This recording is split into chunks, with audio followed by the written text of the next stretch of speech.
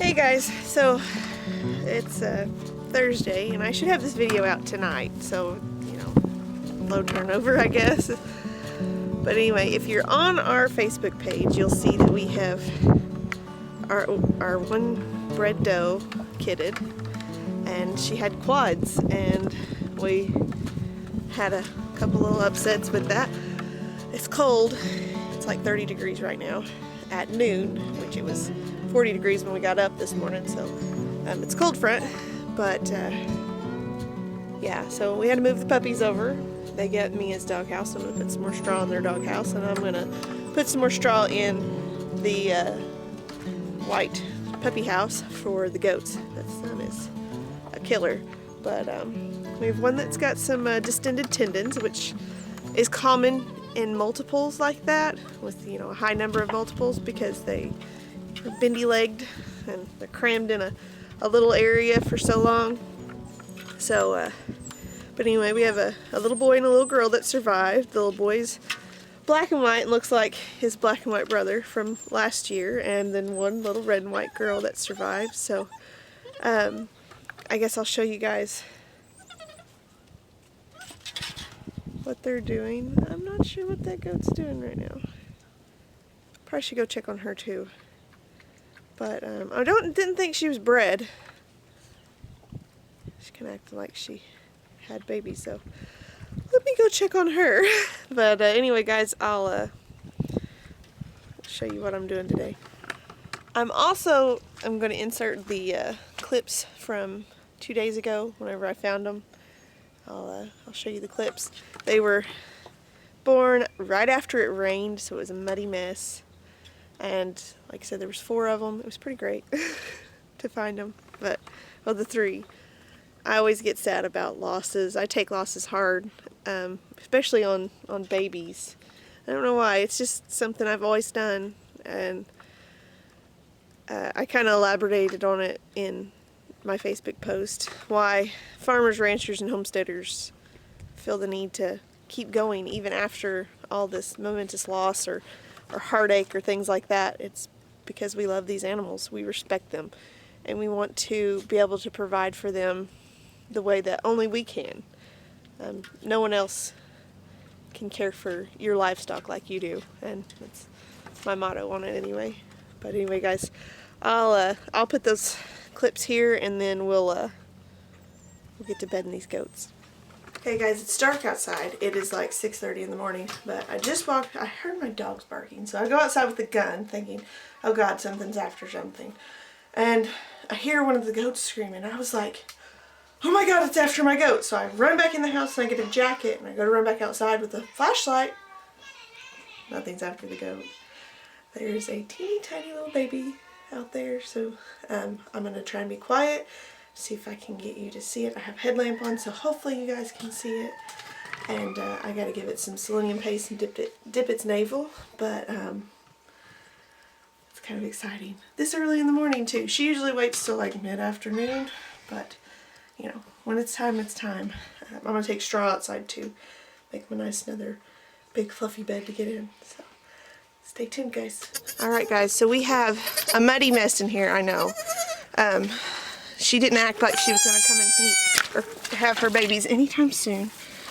But we have triplets.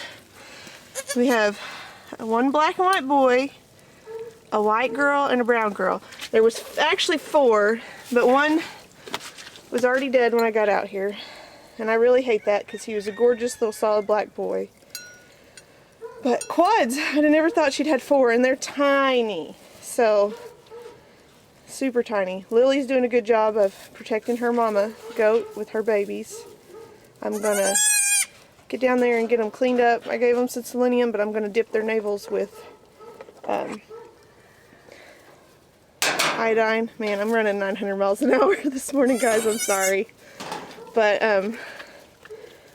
when it gets daylight, I'll bring the baby out and let him see them. But there we are, guys. Bunch of goats.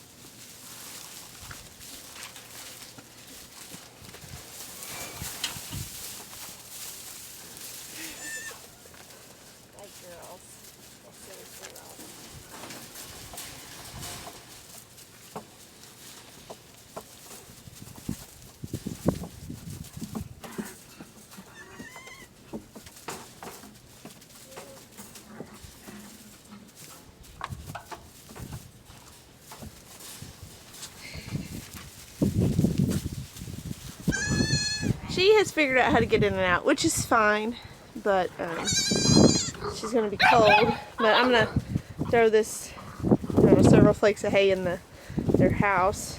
Probably put some more on the ground outside just in case they get out.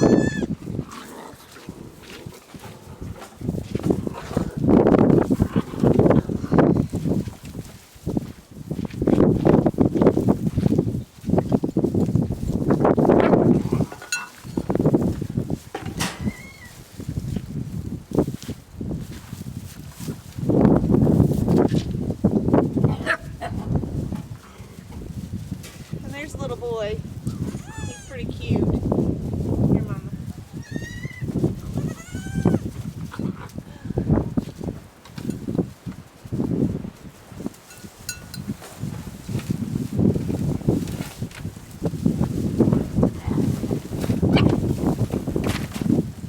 Here there, Mama.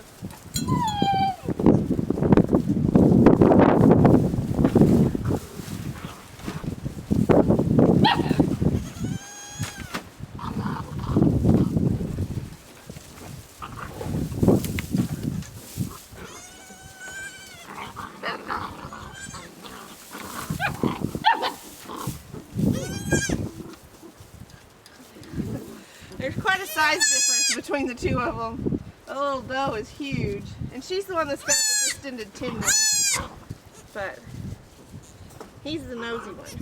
They're sweet though. They're pretty. I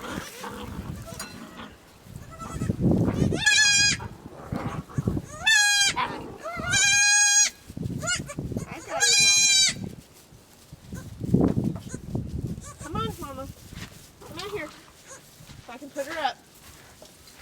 Come on. Come on.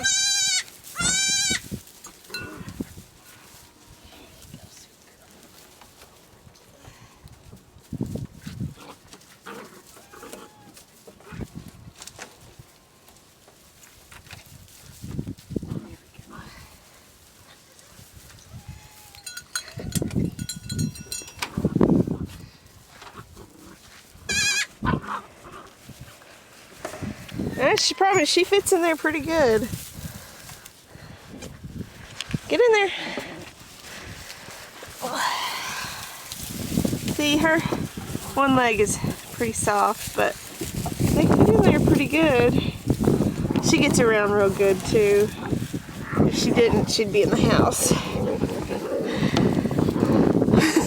Nothing like a goat's nose, huh? Pretty sweet, huh? Get your face out of the way. Sorry, guys. I'm making her nervous with the camera. It's the first time she's ever had a brown-eyed goat, and it was the little buck. That's okay. I know she didn't step on the little girl. She just was born that, well, she just did, but she was born that way. But her, if she ever gets up on her feet, she does pretty good. We've been working her little joints, and she gets her feet up underneath her when she lays down good, so. And pretty blue eyes. I hope they keep their floppy ears though. Like the buck had some semi-floppy ears.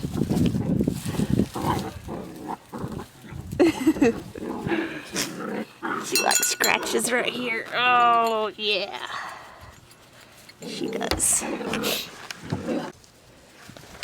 If you're wondering about this fashionable apparel I have on, this is Matt's coat, and it's heavier than anything I own. It's an FR coat, so no air gets through it, even though it has a hole in it. And these are Matt's muck boots because mine are buried in the closet. So, yeah, I don't like being cold all that well. Oklahoma cold is so different than like Colorado cold. We've lived in Colorado in the wintertime in a 40-foot bumper pull camper, and, you know, 2 feet of snow outside, and it stayed plenty warm in there, and you could go out. I trained horses in Colorado, and in the wintertime usually all I had on was a hoodie and jeans and tall socks. I mean, that's pretty much it. I didn't have any extra outerwear or anything like that, and that's what a lot of people don't get is Oklahoma cold's cold because it's wet. And I mean, look at our winter this year. It is wet.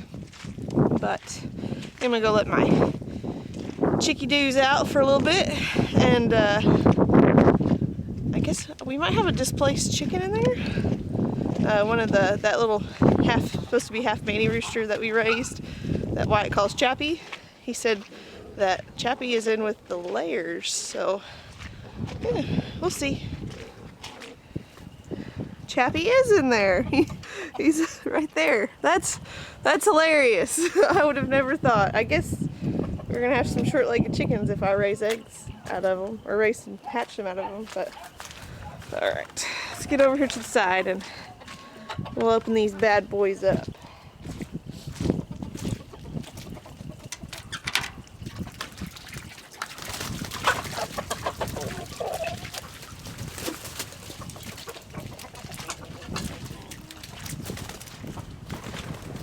Now look at this majestic beast. Like, you cannot tell me that that is not the most majestic little short-legged rooster you ever saw. He's awesome. And he knows he's awesome.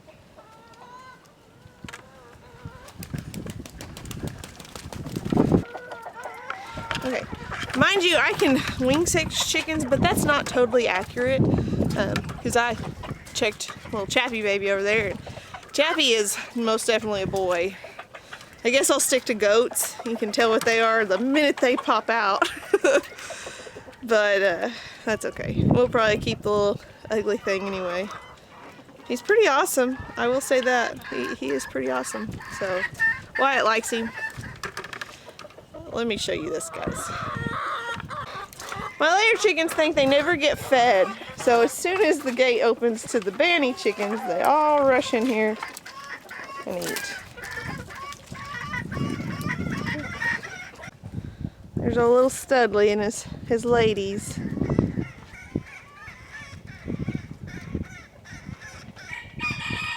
His little white hens will tell on you every time too.